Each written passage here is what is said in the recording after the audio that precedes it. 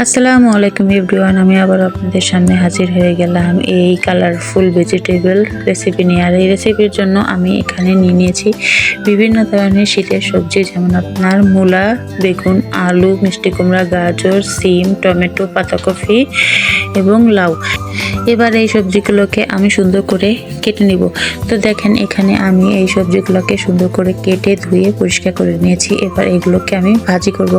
তার জন্য আমি চুলায় কড়াই দিয়ে দিয়েছি তেল।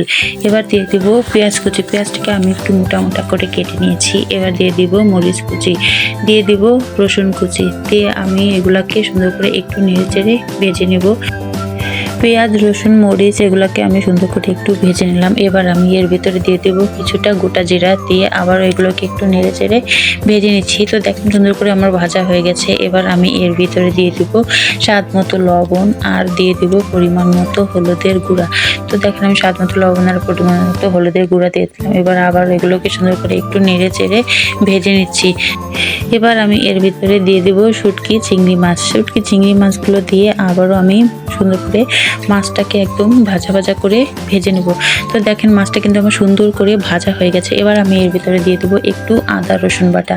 আদা রসুন বাটা দিলে আপনার ভাজিতে সুন্দর একটা ঘ্রাণ আসে, আর ভাজিটা খেতেও কিন্তু অনেক ভালো লাগে।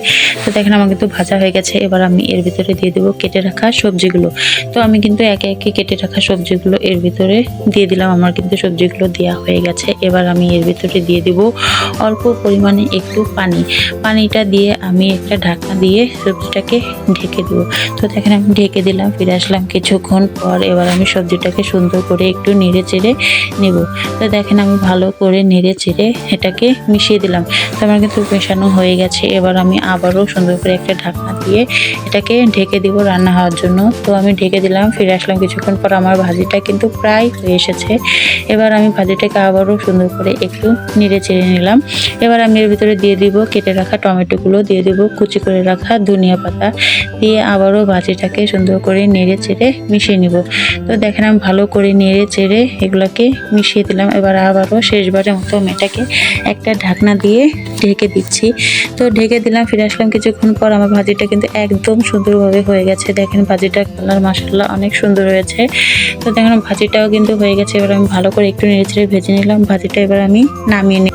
তো ভাজিটিকে আমি নামিয়ে নিলাম। তো এই তো আমার তৈরি হয়ে গেছে গরম গরম কালারফুল ভেজিটেবল রেসিপি। আর এই রেসিপিটি যদি আপনাদের কাছে ভালো লেগে থাকে তাহলে অবশ্যই লাইক, কমেন্ট, শেয়ার করে দিবেন। আর আমার ইউটিউব চ্যানেলটিকে সাবস্ক্রাইব করে দিবেন। গ্রাম বাংলা নানি দাদিদের আরও সব মজার মজার রেসিপি নিয়ে হাজির হয়ে যাব আপনাদের সামনে। ততক্ষণ আপনারা ভালো থাকবেন, সুস্থ থাকবেন। আজকের মতো ভিডিওটি এখানেই শেষ করছি। আল্লাহ হাফেজ।